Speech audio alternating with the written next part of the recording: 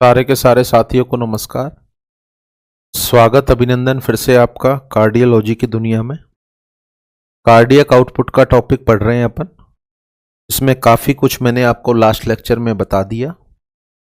And systolic volume, and diastolic volume, stroke volume, cardiac output क्या होता है, क्या इनकी नॉर्मल वैल्यू है, अपन ने पढ़ ली।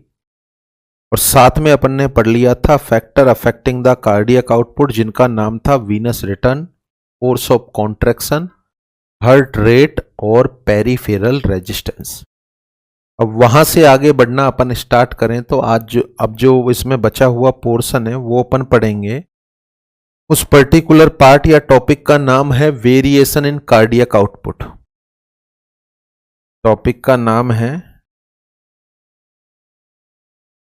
वेरिएशन इन, देखें वेरिएशन शब्द का मतलब है कि कार्डियक आउटपुट में कब कब बदलाव आते हैं, कौन सी परिस्थिति में कार्डियक आउटपुट बढ़ जाता है, कौन सी परिस्थिति में कार्डियक आउटपुट कम हो जाता है। बढ़ता है तो अपन को पता होना चाहिए क्यों बढ़ता है, कम होता है तो भी अपन को पता होना चाहिए क्यों कम होता है। और साथ में बहुत सारी परिस्थिति ऐसी हैं जिनमें कार्डियक आउटपुट बढ़ता है बिना बीमारी के। जैसे आप लगातार दौड़ लगा रहे हो, मैं आपसे पूछ रहा हूं बताओ कार्डियक आउटपुट पे क्या फर्क पड़ेगा। आप कहोगे सर बढ़ जाएगा। बीमारी की वजह से बढ़ रहा है या बिना बीमारी की वजह से? बिना बीमारी के बढ़ रहा है। That is the physiological changes. मैं आपसे कहूं सोने के बाद कार्डियक आउटपुट पर क्या फर्क पड़ेगा, आप आंसर दे रहे हो कि सर कम हो जाएगा, सर कम हो जाएगा। बिना बीमारी के या बीमारी के बिना बीमारी के बोले तो फिजियोलॉजिकल परिवर्तन।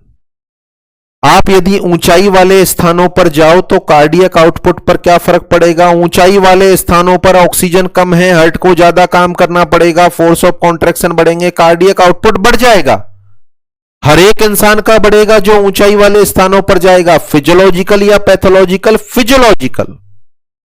किसी इंसान को फीवर आ रहा है 103, उसका कार्डियक आउटपुट होगा कम या ज्यादा? आप आंसर दे रहे हो सर ज्यादा होगा।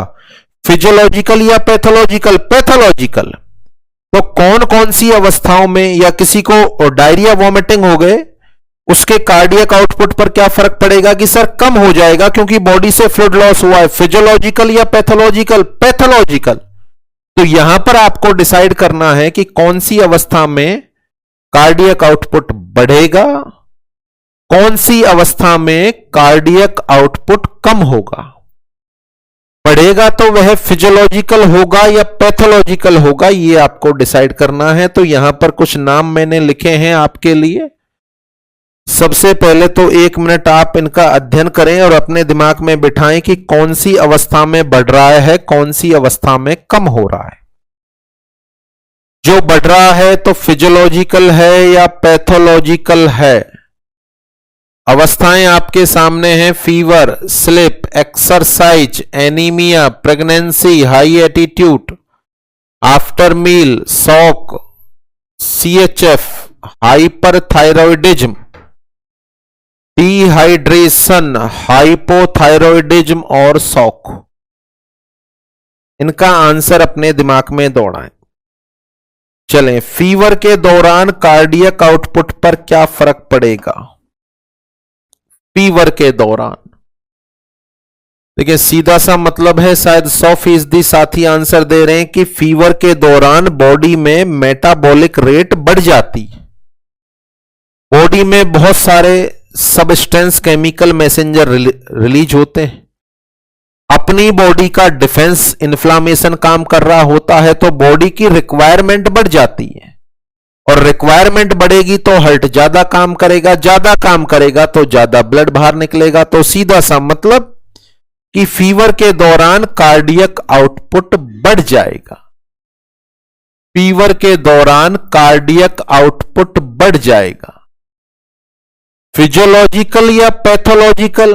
फीवर, अरे बीमारी है भैया, बीमारी है, और बीमारी है तो मान के चले पैथोलॉजिकल होगा। चलो अगला नाम लिखा हुआ है स्लिप। पहले आप आंसर सोचो, सोने के बाद कार्डियक आउटपुट कम हो जाएगा सर। क्यों कम हो जाएगा? बॉडी की डिमांड कम हो जाएंगी, हार्ट का पंपिंग कम हो जाएंगी। फिजियोलॉजिकल या पैथोलॉजिकल? फिजियोलॉजिकल। मेरे हिसाब से किसी को कोई समस्या नहीं है, फिजियोलॉजिकल। स्लिप के दौरान कार्डियक आउटपुट कम हो जाएगा। नेक्स्ट, एक्सरसाइज के दौरान, एक्सरसाइज के दौरान कार्डियक आउटपुट बढ़ जाएगा, बढ़ जाएगा। फिजियोलॉजिकल या pathological? That is the physiological, physiological होगा। नेक्स्ट, एनीमिया के दौरान कार्डियक आउटपुट पर क्या फर्क पड़ेगा? एनीमिया के दौरान कार्डियक आउटपुट पर क्या फर्क पड़ेगा? आंसर दें आप।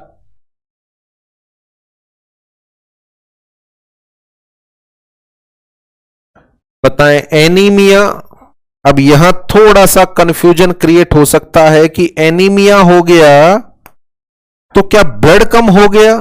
हां, हो सकता है। तो ऐसे भी आंसर जा सकता है कि सर कम हो जाएगा। नहीं, गलत होगा। एनीमिया वाला इंसान क्या जीवित नहीं रहता? रहता है। एनीमिया है तो मेरे बॉडी के टिश्यू को मिलने वाली ऑक्सीजन कम है। ये मेरे बॉडी का टिश्यू संदेश पहुंचा रहा है मेरे ब्रेन को कि भैया मेरी आपूर्ति तो करो। ब्रेन इंपल्स भेज रहा है हार्ट को कि भैया जल्दी जल्दी काम कर, और फोर्सफुली काम कर रहा है। तो एनीमिया वाले इंसान का कार्डियक आउटपुट हमेशा बढ़ा हुआ मिलेगा, हमेशा बढ़ा हुआ मिलेगा। बीमारी या बिना बीमारी? फिजियोलॉजिकल या पैथोलॉजिकल? आंसर है पैथोलॉजिकल। एनीमिया में कार्डियक आउटपुट बढ़ जाएगा पैथोलॉजिकली। प्रेगनेंसी में, जब प्रेगनेंसी में अपन ने पढ़ा है फिजियोलॉजिकल एनीमिया होता है। प्रेगनेंसी में फिजियोलॉजिकल एनीमिया होता है। इसका मतलब डिमांड भी बढ़ती है तो कार्डियक आउटपुट बढ़ेगा, कार्डियक आउटपुट बढ़ेगा। फिजियोलॉजिकल या पैथोलॉजिकल? आंसर है फिजियोलॉजिकल, आंसर है फिजियोलॉजिकल। हाई एटीट्यूड, ऊंचाई पर चले गए आप जहां ऑक्सीजन का सैचुरेशन कम है। जो भी इंसान ऊंचाई पर जाएगा उसका हार्ट ज्यादा पंप करेगा, और ज्यादा पंप करेगा, ज्यादा चलेगा तो कार्डियक आउटपुट बढ़ जाएगा। बीमारी या बिना बीमारी? बिना बीमारी के बोले तो फिजियोलॉजिकल। आफ्टर मील, खाने के बाद, खाने से पहले कार्डियक आउटपुट 4.8 लीटर है, खाने के तुरंत बाद 5 लीटर हो जाएगा। क्यों हो गया? खाने से पहले आप हार्ट रेट चेक करना, आपकी हार्ट रेट 80 है तो खाने के बाद 84 हो जाएंगी। हल्का सा बीपी भी बढ़ता है क्योंकि जीआईटी को ज्यादा ब्लड सप्लाई करना होता है। तो जीआईटी के ऑर्गन ब्रेन के पास शिकायत लेके जाते हैं, जी हमें तो ब्लड दो। तो ऑटोमेटिकली ब्रेन हार्ट को इंपल्स भेजता है जिससे कार्डियक कॉन्ट्रैक्टिलिटी बढ़ जाती है, हार्ट रेट भी बढ़ जाती है। तो खाने के बाद कार्डियक आउटपुट बढ़ जाएगा, खाने के बाद कार्डियक आउटपुट बढ़ जाएगा। बीमारी के या बिना बीमारी के? आंसर है बीमारी की, सॉरी बिना बीमारी के। बोले तो फिजियोलॉजिकल, बोले तो physiological. Now come on to the next condition. Next condition क्या है? शॉक।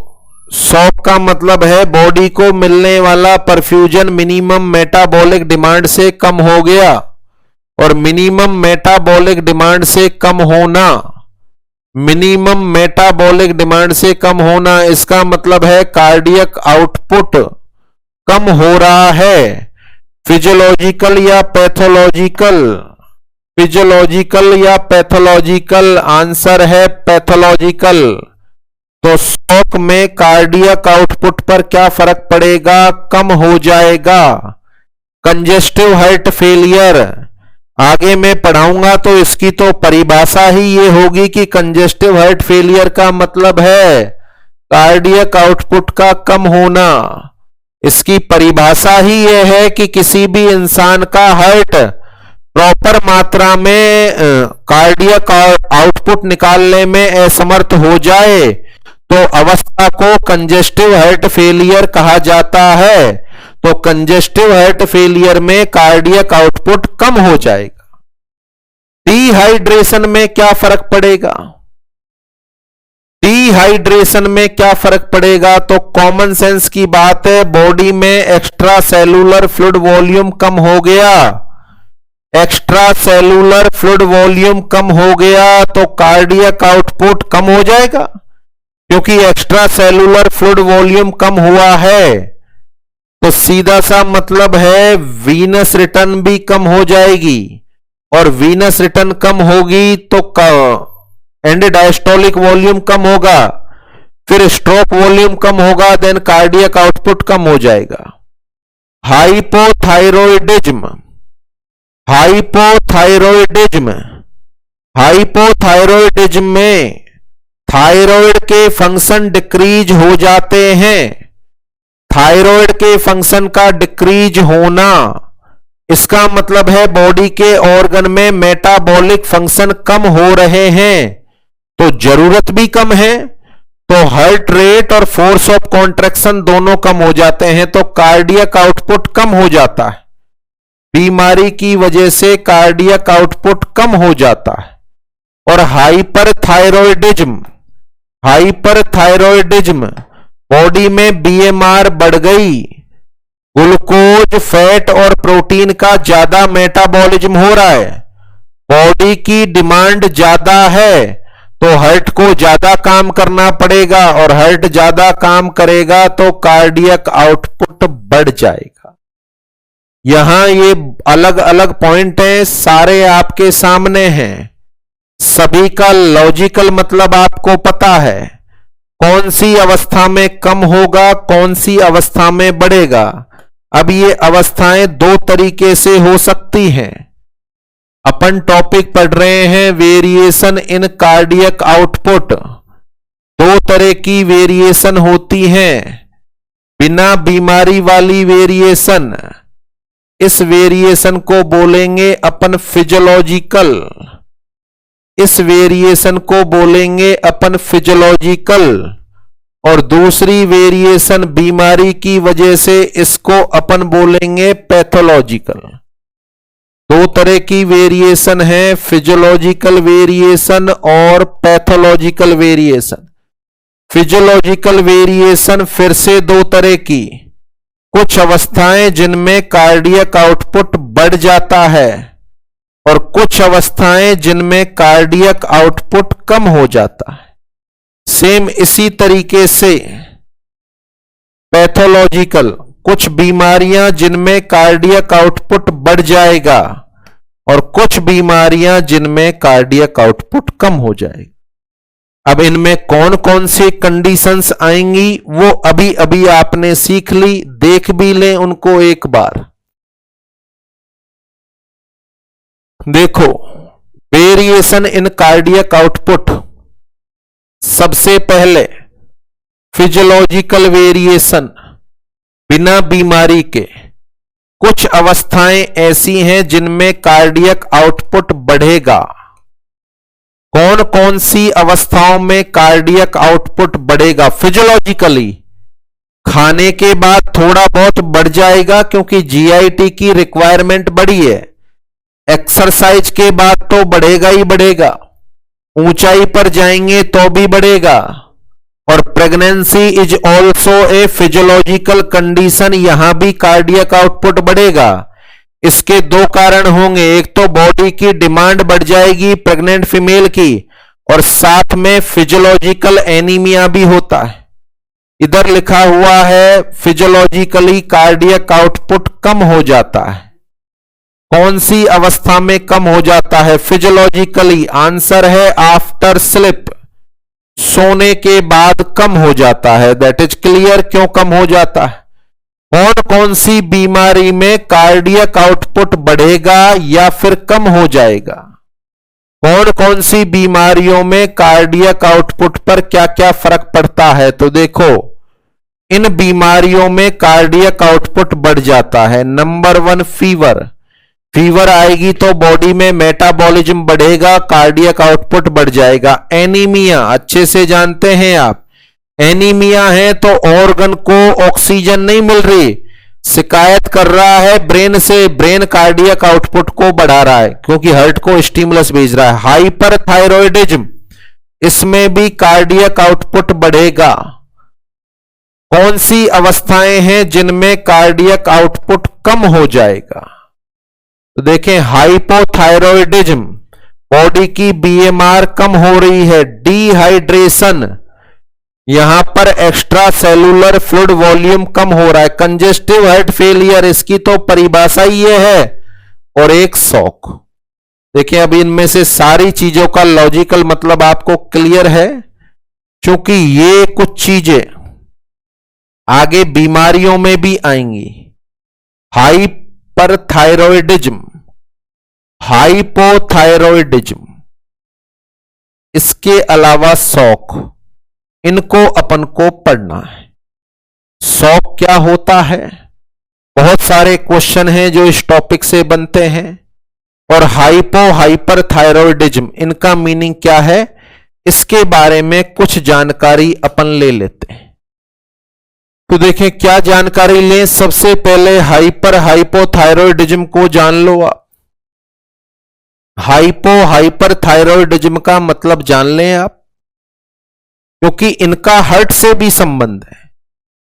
हाइपरथायरॉयडिज्म में हार्ट रेट में क्या फर्क है? नंबर 1। कार्डियक आउटपुट में क्या फर्क है? नंबर 2। ब्लड प्रेशर में क्या फर्क है? नंबर 3। तो इनका मीनिंग अपन को आना चाहिए, क्योंकि बीमारी आगे पढ़ेंगे अपन। हाइपरटेंशन पढ़ेंगे, उसके कारण पढ़ेंगे, तो उसके कारणों में भी ये आएगा। तो हाइपरथायरॉयडिज्म को जान लें आप, थोड़ा सा डिस्कशन हो जाए। हाइपरथायरॉयडिज्म,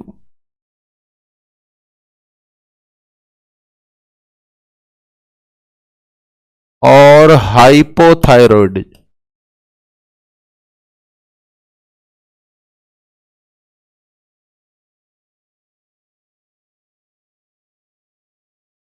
हाइपरथायरॉयडिज्म और हाइपोथायरॉयडिज्म,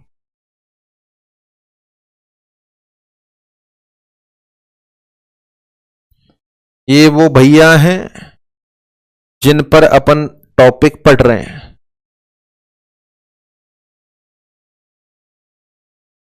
नॉर्मल तौर पर सभी जानते हैं आप कि ब्रेन के अंदर हाइपोथैलेमस और एंटीरियर पिट्यूटरी, उसके अलावा यहां अपन थायराइड ग्लैंड मान लें। किस तरीके से सीक्रेशन का फ्लो चलता, यहां से सीक्रेट होता है TRH, thyrotropic releasing hormone. TRH, it is the hypothalamus. Hypothalamus से रिलीज होता है थायरोट्रोपिक रिलीजिंग हार्मोन। यह जाकर एंटीरियर पिट्यूटरी पर एक्शन करता है। यह जाकर एंटीरियर पिट्यूटरी पर एक्शन करता है और एंटीरियर पिट्यूटरी स्टिमुलेट होकर रिलीज करती है TSH, बोले तो thyroid stimulating hormone. Thyroid stimulating hormone, thyroid stimulating hormone आगे चलकर थायराइड ग्लैंड पर एक्शन करते हैं और यहां से रिलीज होता है T3 और T4। जो मेन हार्मोन है थायराइड हार्मोन, उनका नाम है T3 T4। अच्छा, T3 T4 बॉडी के अंदर क्या परिवर्तन लाते हैं? तो देखें, T3 T4 के बारे में बताया जाता है कि यह बेसल मेटाबॉलिक रेट को कंट्रोल करते हैं। बेसल मेटाबॉलिक रेट BMR को कंट्रोल करते हैं। ये जो BMR है, इसमें अपन काउंट करें मेटाबॉलिज्म किस किस का होगा। इसका निर्धारण इन्हीं के द्वारा होता है। ग्लूकोज का मेटाबॉलिज्म कराना है क्या, फैट का मेटाबॉलिज्म कराना है क्या, प्रोटीन का मेटाबॉलिज्म कराना है क्या, ये सारा का सारा निर्धारण इन T3 T4 की वजह से होता है।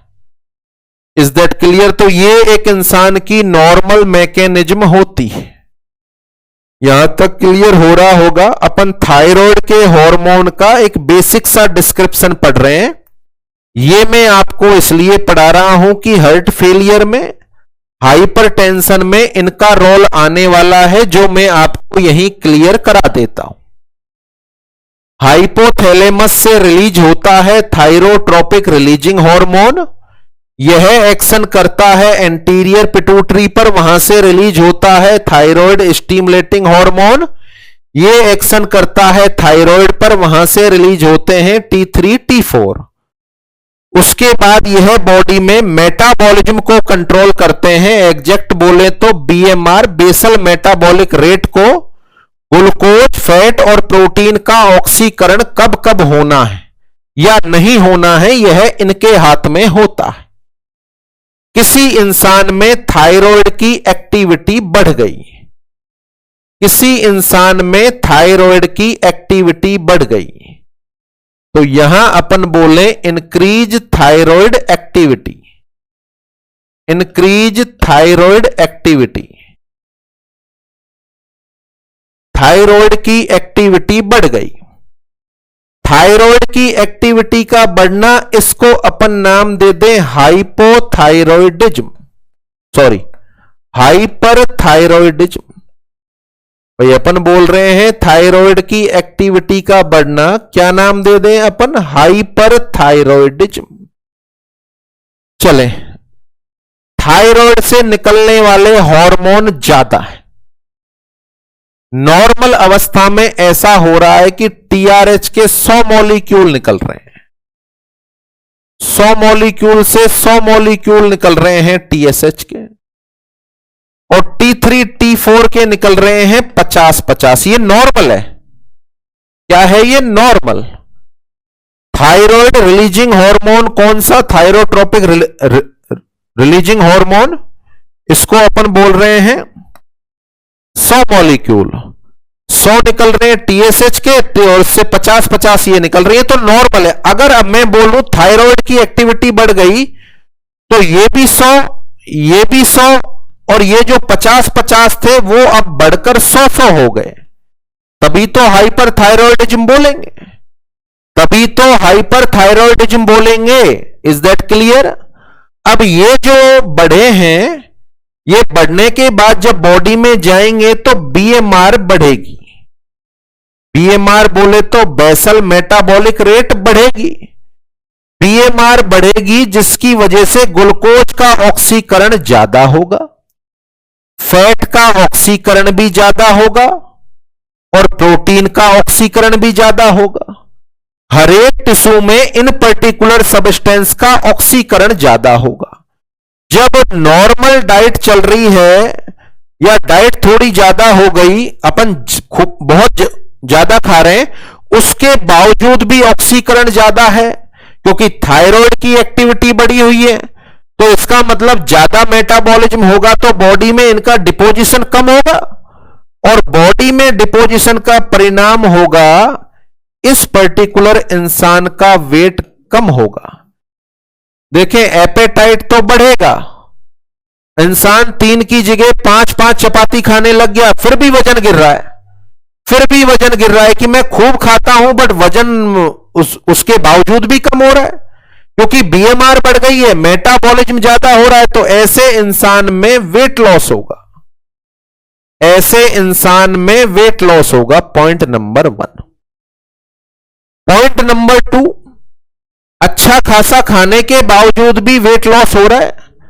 पॉइंट नंबर 2, जब इसके बॉडी के हर एक ऑर्गन में मेटाबॉलिज्म ज्यादा हो रहा है, हर एक ऑर्गन में मेटाबॉलिज्म ज्यादा हो रहा है, तो यह इनसे कहेगा, ब्रेन से, कि भैया ब्लड तो कम है, बढ़ाओ ना इसको यार, मेटाबॉलिज्म ज्यादा चल रहा है, ब्लड तो कम है मेरे अंदर, क्योंकि मेटाबॉलिज्म बढ़ गया, वही सप्लाई कर रहे हो, इसमें ब्लड सप्लाई बढ़ाओ तभी तो ये स्मूथ फंक्शनिंग होगी। तो ये जो ब्रेन है यह हार्ट से कहेगा कि भैया अपनी पंपिंग बढ़ा दे, अपनी पंपिंग बढ़ा दे, तो इस इंसान के हार्ट की पंपिंग बढ़ जाएगी और हार्ट की पंपिंग बढ़ने का परिणाम होगा इस इंसान में हार्ट रेट भी बढ़ेगी, इस इंसान में हार्ट रेट बढ़ेगी, साथ में हार्ट के फोर्स ऑफ कॉन्ट्रैक्शन भी बढ़ेंगे, साथ में टिश्यू को ज्यादा ब्लड जा रहा है बोले तो कार्डियक आउटपुट भी बढ़ेगा। यही पढ़ रहे हैं अपन।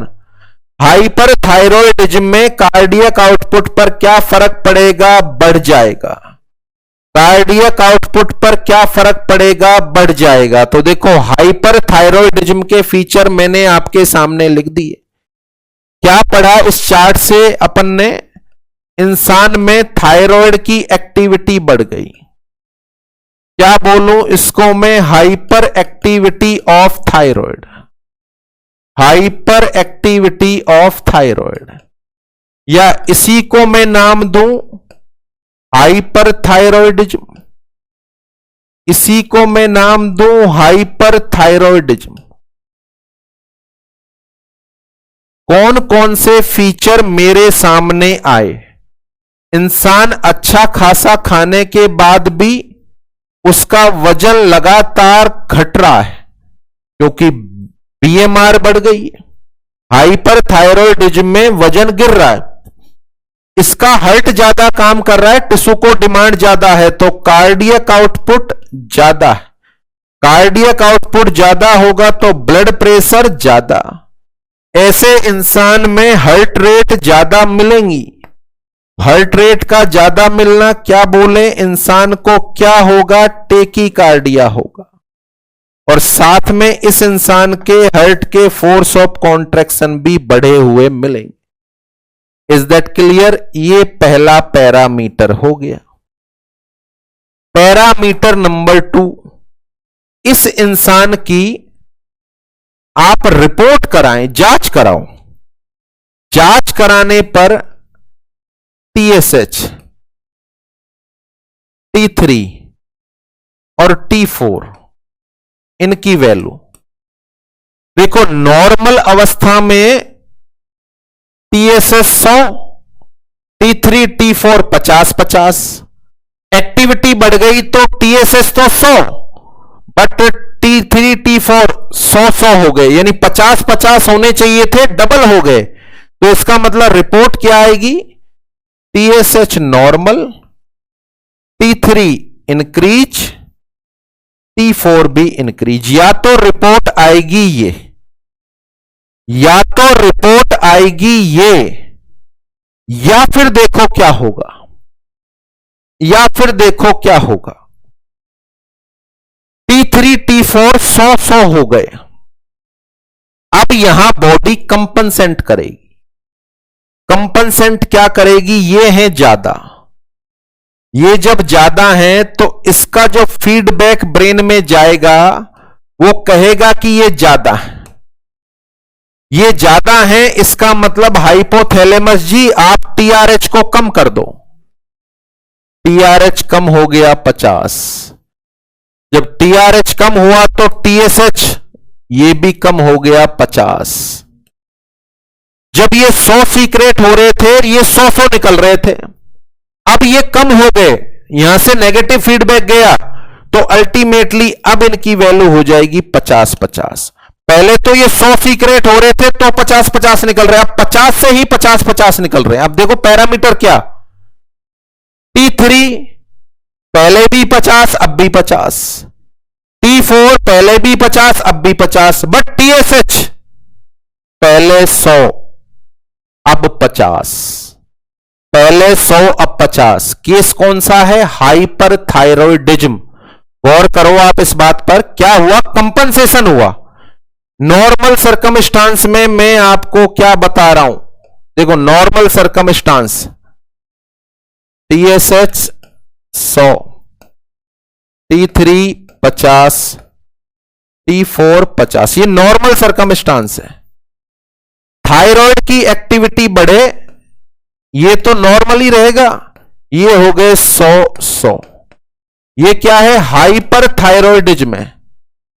बट ये भी हो सकता है कि बॉडी जब कंपनसेट करेगी, ये 100 हो गए, तो यहां से नेगेटिव फीडबैक जाएगा ब्रेन के पास और उससे कहेंगे भैया हम ज्यादा हैं, कम करो।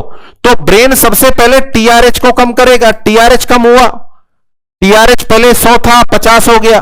टीआरएच 50 हुआ तो टीएसएच भी 50 होगा, और ये 50 होगा तो ये दोनों 50-50 ही रिलीज होंगे। तो ये 50-50 हुए, ये 50-50 हुए, इसका मतलब ये तो नॉर्मल रह गए, और ये भी 50 हो गया। अब भी केस को क्या बोलेंगे अपन? हाइपरथायरॉयडिज्म। 90% से ज्यादा केस में, 90% से ज्यादा केस में रिपोर्ट ये आती है। 90% से ज्यादा केस में हाइपरथायरॉयडिज्म की रिपोर्ट ये आती है। TSH increase, T3 normal, T4 normal, TSH increase, T3 normal, T4 normal. यानी यदि TSH ज्यादा है, यदि TSH ज्यादा है तो केस कौन सा होगा? हाइपरथायरॉयडिज्म। TSH का ज्यादा होना, कौन सा केस हो रहा है? हाइपरथायरॉयडिज्म। Is that clear? अब जस्ट इसका अपोजिट भी देख लें आप, जस्ट इसका opposite.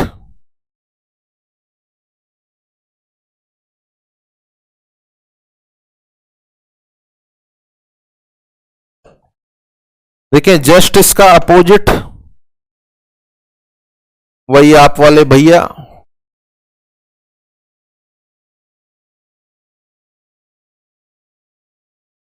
Hypothalamus, anterior pituitary, thyroid. क्या रेशो बता रहे हैं? TRH 100, TSH 100, T3 T4 100, normal BMR. अब किसी इंसान में थायराइड की एक्टिविटी कम हो गई, किसी इंसान में थायराइड की एक्टिविटी कम हो गई, और थायराइड की एक्टिविटी कम होना, इसको अपन बोलें हाइपोथायरॉयडिज्म। हाइपोथायरॉयडिज्म का मतलब ये पहले निकल रहे थे 50-50, अब अपन मान लो ये निकल रहे हैं 25-25। शरीर में भी ये कम जा रहे हैं। बेसल मेटाबॉलिक रेट हो गई कम, ग्लूकोज का, प्रोटीन का और फैट का मेटाबॉलिज्म कम।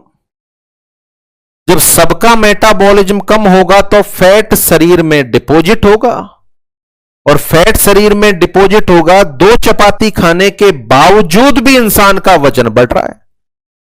इसका मतलब है बीएमआर कम होने की वजह से इंसान का वजन बढ़ेगा। कौन सी कंडीशन क्रिएट होगी? Weight gain. इस इंसान की बॉडी का टिश्यू, जब इसमें मेटाबॉलिज्म कम हो रहा है तो यह हार्ट से कह रहा है कि भैया मुझे इतने ब्लड की जरूरत नहीं है जितना तुम भेज रहे हो, कम कर दो यार, मेरे अंदर मेटाबॉलिज्म हो ही नहीं रहा। तो यहां से ब्रेन हार्ट को स्टिमुलस भेज रहा है कि भैया धीरे धीरे चल, धीरे धीरे चल, ऑर्गन को जरूरत नहीं है। और हार्ट धीरे धीरे चलने का मतलब हार्ट के फोर्स ऑफ कॉन्ट्रैक्शन कम हो गए, कार्डियक आउटपुट कम हो गया, इंसान का ब्लड प्रेशर कम हो गया, इंसान की हार्ट रेट कम हो गई। कम होना क्या बोले? ब्रेडिकार्डिया हो गया। ये सारे के सारे फीचर हाइपोथायरॉयडिज्म के हो गए। इस इंसान की रिपोर्ट आई, टीएसएच 100 का 100 है भैया, नॉर्मल। T3 और T4 कम हो गए यार, 25-25 हो गए, 50-50 थे पहले, अब 25-25 कम हो गए, इसका मतलब डिक्रीज। या तो ये रिपोर्ट आए, या तो ये रिपोर्ट आएगी, या फिर गौर करने वाली बात और बेहद इंपॉर्टेंट बात, जब T3 T4 कम है तो ये यहां से फिर नेगेटिव फीडबैक भेजेंगे कि भैया हम कम हैं, बढ़ाओ ना यार। तो यहां से TRH 100 की जगह 200 हो जाएगा, यहां से TRH 100 की जगह 200 हो जाएगा। जब ये 200 होगा तो ये भी 200 होगा, और जब ये 100 से 25-25 आ रहे थे तो 200 से 50-50 हो जाएंगे। अच्छा, ये 50-50 हो गए, इसका मतलब नॉर्मल हो गए, पहले भी ये नॉर्मल थे, बट TSH जो पहले 100 था अब 200 हो गया, तो इसकी रिपोर्ट ऐसी भी आ सकती है, TSH डबल हो गया, बोले तो बढ़ गया, TSH बढ़ गया और T3 T4 नॉर्मल है। 90% में यही रिपोर्ट आती है।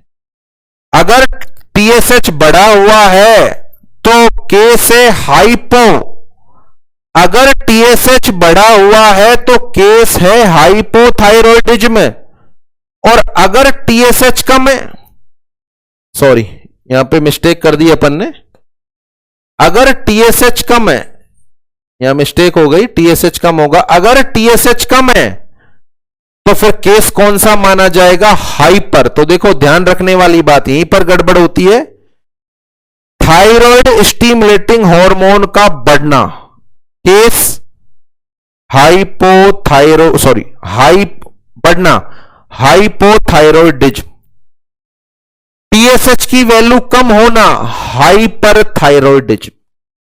अब यहां अपने लिए यूटिलाइजेशन क्या होगा, मैं आपको बीमारी पढ़ाऊंगा हाइपरटेंशन, हाइपरटेंशन का मैं कॉज लिखाऊंगा हाइपरथायरॉयडिज्म। क्या यह सही होगा? हाइपरटेंशन का कॉज हाइपरथायरॉयडिज्म सही है क्या? सही है यार। हाइपरथायरॉयडिज्म में बीपी बढ़ रहा है, बीपी बढ़ रहा है, साथ में हाइपरटेंशन का कॉज मैं आपको लिखाऊंगा हाइपोथायरॉयडिज्म भी होता है। यह सही है क्या कि नहीं सर गलत कह रहे हो, हाइपो में तो बीपी कम होता है। अच्छा, काफी हद तक सही है। नॉर्मली क्या होता है, बीपी कम होना चाहिए, हाइपो की वजह से बीपी कम होता है, निश्चित है। पर हाइपो वाले मरीज में 2-4-5 साल तक हाइपोथायरॉयडिज्म चले और इलाज नहीं हो तो इसका वजन बहुत बढ़ जाता है, 100 किलो को पार कर जाता है। बताओ, वजन बढ़ेगा तो आर्टरी की अंदर वाली दीवार पर कोलेस्ट्रॉल जमेगा, और बताओ कोलेस्ट्रॉल जमेगा तो बीपी बढ़ेगा, कोलेस्ट्रॉल जमेगा तो बीपी बढ़ेगा। तो यहां पर बीपी के बढ़ने का कारण हाइपोथायरॉयडिज्म नहीं होता, यहां बीपी बढ़ने का कारण होता है वेट गेन, यहां बीपी बढ़ने का कारण होता है वेट गेन। तो आगे मैं हाइपरटेंशन पढ़ाऊं और आपको बताऊं कि भैया हाइपरटेंशन के रिस्क फैक्टर में हाइपरथायरॉयडिज्म है, क्लियर है? हाइपरथायरॉयडिज्म में बीपी बढ़ेगा, बीमार बढ़ेगी, हार्ट जल्दी जल्दी काम करेगा, कार्डियक आउटपुट बढ़ेगा।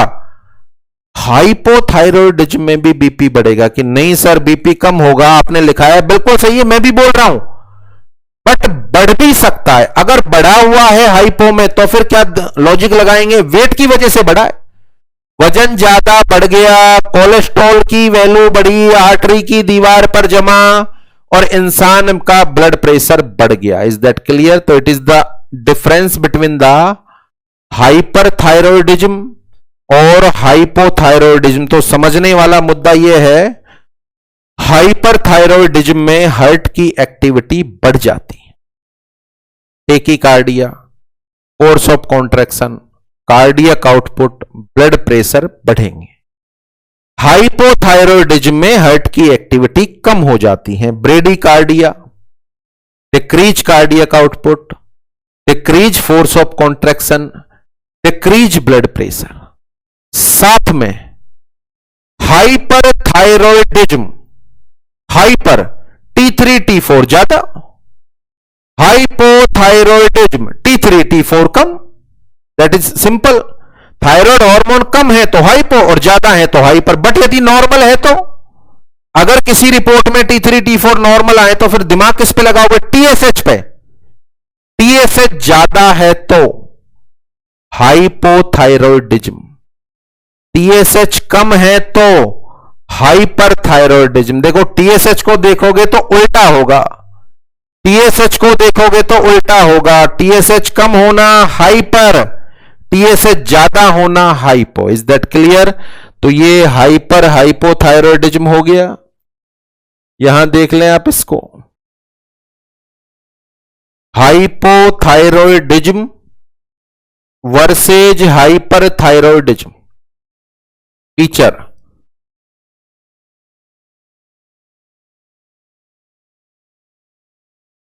Basal metabolic rate, basal metabolic rate बताओ, हाइपो में बीएमआर कम होगी, हाइपर में बीएमआर बढ़ जाएगी।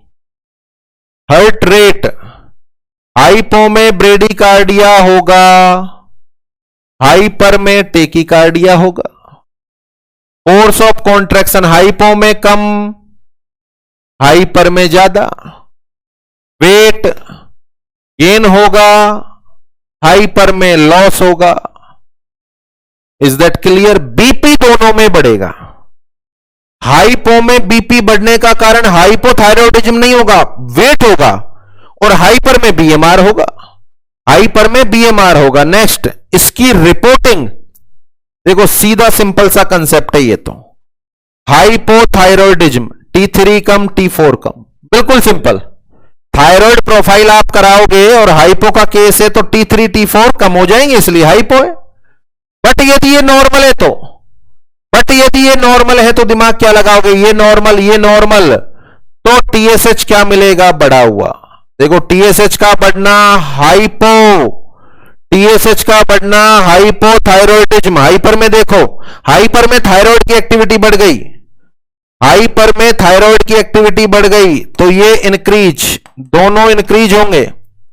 TSH normal, T3 T4 increase. But यदि ये नॉर्मल आए तो, T3 T4 नॉर्मल आए तो टीएसएच क्या मिलेगा, डिक्रीज। यदि टीएसएच कम है, यदि टीएसएच कम है तो केस कौन सा होगा, हाइपरथायरॉयडिज्म।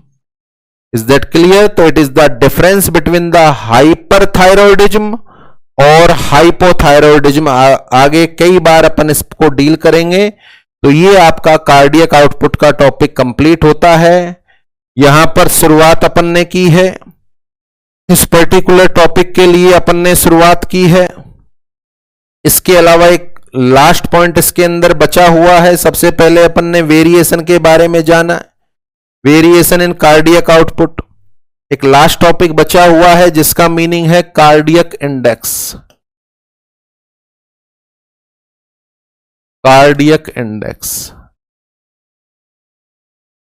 आया हुआ क्वेश्चन है, क्वेश्चन आया था the normal value of cardiac index. Question आया था the normal value of cardiac index, और इसका आंसर है 2.5 से 4.5 litre per minute per metre square. The normal value of cardiac index कितना होता है? ऑप्शन में 3 था, 7 था, 2 था, 10 था। आंसर 3 गया था। Normal value of cardiac index is 2.5 to 4.5 litre per minute per metre square. Cardiac index का मतलब क्या होता है? कार्डियक इंडेक्स का मतलब होता है किसी भी इंसान का कार्डियक आउटपुट उसके body surface area, cardiac index का मतलब होता है कार्डियक आउटपुट बटे body surface area. Cardiac output को निकालने का तरीका क्या होता है? आपको पता है, stroke volume into heart rate, stroke volume into heart rate. Body surface area को निकालने का फॉर्मूला यह होता है। किसी भी इंसान का बॉडी सरफेस एरिया सबसे पहले उसकी लेंथ सेंटीमीटर में, इनटू करेंगे उसका वजन किलोग्राम में बटे 3600 और इनका अंडर रूट। इस तरीके से बॉडी सरफेस एरिया को अपन निकालते हैं। नॉर्मल कार्डियक इंडेक्स को यदि मैं आपके सामने निकाल के बताऊं, देखो कार्डियक इंडेक्स का फॉर्मूला ऊपर रखेंगे अपन कार्डियक आउटपुट, मान के चलो नॉर्मल निकाल रहे हैं, 70 स्ट्रोक वॉल्यूम, 72 हार्ट रेट। इस इंसान का body surface area, body surface area का फॉर्मूला क्या बताया मैंने, लंबाई सेंटीमीटर में। आइडियल माने अपन लंबाई 170 सेंटीमीटर है इंसान की, 170 सेंटीमीटर बॉडी सरफेस एरिया निकाल रहे हैं। इसका वजन किलोग्राम में, मान के चलो आइडियल वजन 70 किलोग्राम बटे 3600। अब इसको आप कैलकुलेट करें, इसको आप कैलकुलेट करें। कैलकुलेट करने के बाद इसकी नॉर्मल वैल्यू 2.5 से ऊपर आती है। एक नॉर्मल इंसान है, नॉर्मल पर्सन है, इसको कैलकुलेट करेंगे तो इसकी वैल्यू लगभग आपको 2.76 मिलेगी। इसकी वैल्यू आपको लगभग 2.76 मिलेगी। मैं क्या बता रहा हूं आपको, नॉर्मल वैल्यू होनी चाहिए 2.5 से 4.5। 2.76 मिल रही है, इसका मतलब है नॉर्मल है। 2.76 मिल रही है, इसका मतलब है नॉर्मल है, 2.5 से 4.5 के बीच में आनी चाहिए। क्या अर्थ है इसका, क्या महत्व है इसका? फॉर्मूला बता दिया, कैलकुलेशन हो गई है, इसका आखिर अर्थ भी तो होगा। देखो कार्डियक इंडेक्स का मतलब होता है क्या किसी इंसान का हार्ट उसके बॉडी सरफेस एरिया के अनुपात में काम कर रहा है। अगर उसके बॉडी सरफेस एरिया के अनुपात में काम कर रहा है तो उस इंसान का कार्डियक इंडेक्स 2.5 से 4.5 के बीच में आएगा। इसका मतलब है उसका हार्ट उसके बॉडी सरफेस एरिया के समतुल्य काम कर रहा है, जितना करना चाहिए। अगर इसकी वैल्यू आती है 2.5 से कम, इसका मतलब है उसका हार्ट बॉडी सरफेस एरिया की तुलना में कम काम कर रहा है। और यदि इसकी वैल्यू आती है 4.5 से ज्यादा, तो इसका मतलब ज्यादा काम कर रहा है। यानी यह अपन को इस बात के बारे में बताता है कि किसी किसी भी इंसान का हार्ट उसके बॉडी सरफेस एरिया के अनुपात में काम कर रहा है या नहीं कर रहा। अगर कर रहा होगा तो वैल्यू कितनी आएगी, 2.5 से 4.5। और यदि नहीं कर रहा होगा, कम कर रहा होगा तो 2.5 से कम, और ज्यादा कर रहा होगा तो 4.5 से ज्यादा। फॉर्मूला क्या है, कार्डियक आउटपुट बटे body surface area. Body surface area को निकालने का तरीका क्या है, अंडर रूट, अंदर रखेंगे अपन उसकी लंबाई सेंटीमीटर में, गुणा करेंगे उसके वेट से किलोग्राम में, भाग देंगे अपन 3600 का, जो भी वैल्यू आएगी उसका अंडर रूट कर देंगे अपन। तो एक नॉर्मल इंसान का कार्डियक आउटपुट मैंने आपके सामने निकाला, जिसका स्ट्रोक वॉल्यूम है 70।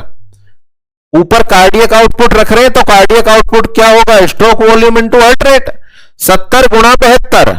उसकी लंबाई है 170 सेंटीमीटर, उसका वजन है 70 किलो बटे 3600। ये अपन ने पूरा कैलकुलेट किया, घर पे कर लेना आप, आंसर आएगा 2.76। इसका मतलब रेंज में।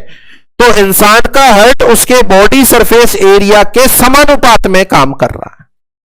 बट दूसरी वैल्यू देखो, दूसरी पर्टिकुलर वैल्यू देखें अपन। एग्जाम्पल में हाइपरथायरॉयडिज्म, केस है हाइपरथायरॉयडिज्म। अच्छा वैसे ही बता दो, हाइपरथायरॉयडिज्म वाले इंसान का हार्ट कम काम करता है या ज्यादा? अभी अभी पढ़ा कि सर ज्यादा काम करता है। अच्छा हाइपर वाले का वजन क्या मिलेगा आपको? वेट। आंसर है कम मिलेगा, आंसर है कम मिलेगा। चलो इसका कार्डियक इंडेक्स निकालो आप, हाइपरथायरॉयडिज्म वाले का कार्डियक इंडेक्स निकालो। कार्डियक आउटपुट बटे बॉडी सरफेस एरिया। अच्छा कार्डियक आउटपुट स्ट्रोक वॉल्यूम बताओ, हाइपर वाले में ज्यादा होगा यार। स्ट्रोक वॉल्यूम मान लो 100, हार्ट रेट ज्यादा होंगी, अभी पढ़ा अपन ने टेकीकार्डिया इनटू 100, 10 लीटर। आंसर है 10 लीटर बटे में बॉडी सरफेस एरिया। चलो लंबाई तो बराबर मानो, 170 ही मानो। वेट वजन क्या मानो, 70 किलो, 90 किलो या 50 किलो? हाइपरथायरॉयडिज्म हमारे वजन गिरेगा, इसमें वजन गिरेगा, वजन मानो 50 बटे 3600। कैलकुलेट कर लेना घर पर, आंसर आएगा 6.76 litre per minute per metre square. कितनी नॉर्मल वैल्यू है? 2.5 से 4.5 पार कर गया। क्या समझ रहे हो? इंसान का हार्ट ज्यादा काम कर रहा है भैया, इंसान का हार्ट ज्यादा काम कर रहा है, रेंज में नहीं है। तो इंसान का हार्ट उसके बॉडी सरफेस एरिया के समतुल्य में ज्यादा काम कर रहा है। कौन सी कंडीशन में? हाइपरथायरॉयडिज्म में। तभी तो कार्डियक इंडेक्स क्या हो गया? बढ़ गया। आगे अगला एग्जांपल, कंजेस्टिव हार्ट फेलियर, इसका कार्डियक इंडेक्स निकालो। कंजेस्टिव हार्ट फेलियर वाला इंसान, इसका कार्डियक इंडेक्स, इसका कार्डियक इंडेक्स। चले फॉर्मूला, सबसे पहले तो कंजेस्टिव हार्ट फेलियर में आप वैसे ही बता दो, हार्ट कम काम कर रहा होगा या ज्यादा? कम काम कर रहा होगा। फॉर्मूला कार्डियक आउटपुट बटे बॉडी सरफेस एरिया। चलो cardiac output, stroke volume, heart rate चलो नॉर्मल मानो, या नॉर्मल क्या बल्कि ज्यादा मानो, 80 है। कंपनसेशन की वजह से ज्यादा हो जाती है कंजेस्टिव हार्ट फेलियर में, या अपन 72 ही मान ले, 80 मान ले।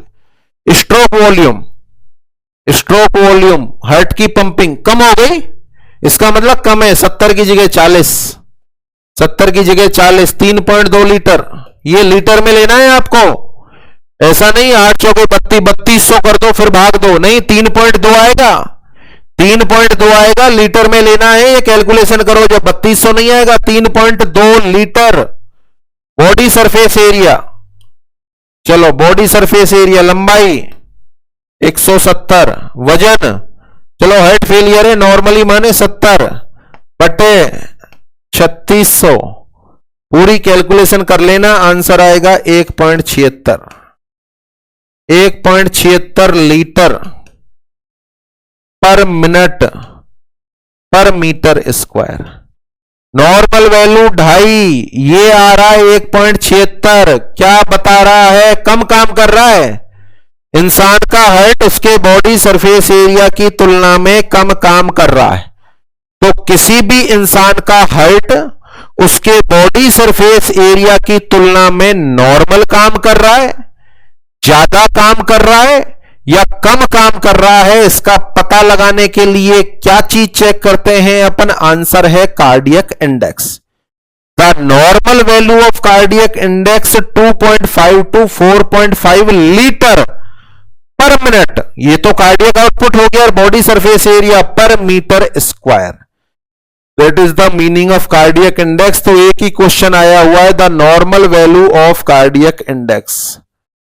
तो यहां से देख लें आप, cardiac index, to find the cardiac index divide the cardiac output by the persons body surface area. यानी कार्डियक आउटपुट में बॉडी सरफेस एरिया का भाग दे दो। नॉर्मल रेंज होगी इसकी 2.5 से 4 litre, per minute per metre square. Meaning of cardiac index same परिभाषा है, the correction is calculated by dividing the cardiac output by BSA। It is called cardiac index. Normal value 2.5 से 4.5। This is the more accurate indicator of cardiac function than cardiac output, क्योंकि cardiac function का better indicator है कि शरीर के अनुपात में blood जा रहा है क्या, यस और no. A minimum of 2.0 litre is required to maintain a life without mechanical support, यानी 2 litre per minute per metre square होना चाहिए। इससे कम होगा तो भर्ती करना पड़ेगा अस्पताल में।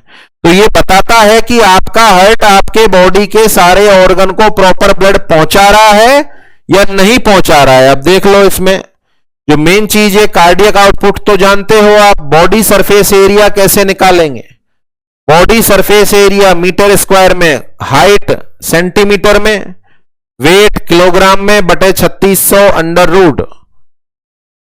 नॉर्मल कार्डियक इंडेक्स एक नॉर्मल पर्सन का देख लो, स्ट्रोक वॉल्यूम 70, हार्ट रेट 72, लंबाई 170 सेंटीमीटर, इसको गुणा किया 70 किलो से, वजन 70 किलो मान रहे हैं, और यहां डिवाइड किया 3600, फिर इसकी वैल्यू को पूरी कैलकुलेट किया तो 2.76 आया। बताओ नॉर्मल रेंज है? नॉर्मल रेंज है 2.76। इसका मतलब कार्डियक इंडेक्स नॉर्मल है। अगले में देखो, हाइपरथायरॉयडिज्म में वैसे ही अंदाजा लगा रहा हो भैया, ज्यादा काम कर रहा होगा इसका हार्ट। हाइपरथायरॉयडिज्म वाले का हार्ट ज्यादा काम कर रहा होगा, तो इसमें स्ट्रोक वॉल्यूम ज्यादा है, ज्यादा मिलेगा 100 ml, हार्ट रेट भी 100, उसकी लंबाई 170 मानी, वजन हाइपरथायरॉयडिज्म यार वजन गिरेगा, वेट लॉस होगा, गुणा 50 बटे 3600 बटे 3600, और इसको पूरे को कैलकुलेट कर लेना आप कैलकुलेटर से। ध्यान रहे ऊपर वाला लीटर में लिखना है, ऐसा नहीं 100 गुणा 100 10,000 लिख दे, नहीं 100 गुणा 100 बराबर में अपन मानेंगे 10 लीटर, और 10 लीटर में जो ये वैल्यू आए उसका भाग देना, आंसर है 6.54। अरे 4.5 को पार कर गया, ज्यादा है। इस इंसान का हार्ट उसके बॉडी सरफेस एरिया की तुलना में ज्यादा काम कर रहा है। अगला एग्जाम्पल देख लो आप, CHF। बताओ, वैसे ही पता है CHF वाले का हार्ट तो कम काम करेगा। हार्ट रेट 72 या 80 मान लो नॉर्मल, या थोड़ी बहुत ज्यादा मिलेंगी कंपनसेट करेंगी। CHF में हार्ट रेट कम नहीं होती, थोड़ी बहुत ज्यादा होती है। कार्डियो स्ट्रोक वॉल्यूम कम होता है, 40 मान लिया, इनको गुणा किया तो 3.2 लीटर, गुणा किया तो 3.2 लीटर, और फिर वजन लंबाई 170, वजन 70 बटे 3600 बटे 3600, और फिर इसकी वैल्यू आई 1.76। 2.5 होना चाहिए, 1.76 आया है, इसका मतलब भैया कम है। 1.76 आया है, इसका मतलब कम है, इंसान का कार्डियक इंडेक्स कम है। Is that clear? तो यहां से अपन ने स्टार्ट किया था वेरिएशन इन कार्डियक आउटपुट। 2 तरह की, फिजियोलॉजिकल वेरिएशन और पैथोलॉजिकल वेरिएशन। फिजियोलॉजिकल वेरिएशन और यह है पैथोलॉजिकल वेरिएशन। कौन सी अवस्था में कार्डियक आउटपुट बढ़ेगा, कौन सी अवस्था में कम होगा, क्यों तो बढ़ेगा और क्यों कम होगा। यहां पर ये 2 शब्द जो आगे भी यूज आने वाले हैं, बीमारियां जब मैं पढ़ाऊंगा, इनका मतलब मैंने बता दिया। हाइपो और हाइपर क्या होता है, किसकी वैल्यू क्या हो जाती है, ये मैंने बता दिया। ये पोर्शन अभी बाकी है जिसको फर्दर लेक्चर्स में अपन डील करेंगे। शॉक वाला पोर्शन बाकी है कि एग्जैक्टली शॉक का मतलब क्या होता है, तो इसको भी अपन आगे पढ़ेंगे। इसके बाद हाइपो हाइपर का पूरा डिस्क्रिप्शन हो गया। TSH ज्यादा है तो हाइपो, TSH कम है तो हाइपर। देन कार्डियक इंडेक्स क्या होता है, कितना नॉर्मल होना चाहिए, बॉडी सरफेस एरिया का फॉर्मूला क्या होता है, ये आपके सामने नॉर्मल इंसान का कार्डियक इंडेक्स, हाइपरथायरॉयडिज्म वाले का कार्डियक इंडेक्स, और कंजेस्टिव हार्ट फेलियर वाले का। तो इससे अपन को जानकारी मिलती है कि इंसान का हार्ट ज्यादा काम कर रहा है या कम काम कर रहा है। Is that clear? तो ये आपका पोर्शन कंप्लीट होता है एक बेहद इंपॉर्टेंट टॉपिक जिसका नाम है कार्डियक आउटपुट। अब पांचवा टॉपिक आपका बचा है जिसका नाम है ब्लड प्रेशर, जो अपन फर्दर लेक्चर में डील करेंगे। बेसिक जहां से स्टार्ट किया था मैंने पहले दिन से हार्ट तो बताया था स्टेप बाय स्टेप। पहला topic conductive system of heart, उससे मैंने आपको नॉर्मल ईसीजी पढ़ा दी। नंबर 2 कार्डियक साइकिल, एक हार्ट बीट में हार्ट में होने वाली समस्त एक्टिविटी। नंबर 3 कार्डियक साइकिल से रिलेट करते हुए मैंने आपको हार्ट साउंड पढ़ा दी और बनने वाले क्वेश्चन करा दिए। और topic number 4 that is the cardiac output, उसके अंदर टोटल डिस्क्राइब कर दिया। अब टॉपिक नंबर 5 और लास्ट बचा है जिसका नाम है ब्लड प्रेशर, जो अपन नेक्स्ट लेक्चर के अंदर डील करेंगे। Is that clear? तो टाइम हैज ओवर। आज के अभी के लिए इतना ही। आप साथियों का बहुत बहुत धन्यवाद। Thanks to all.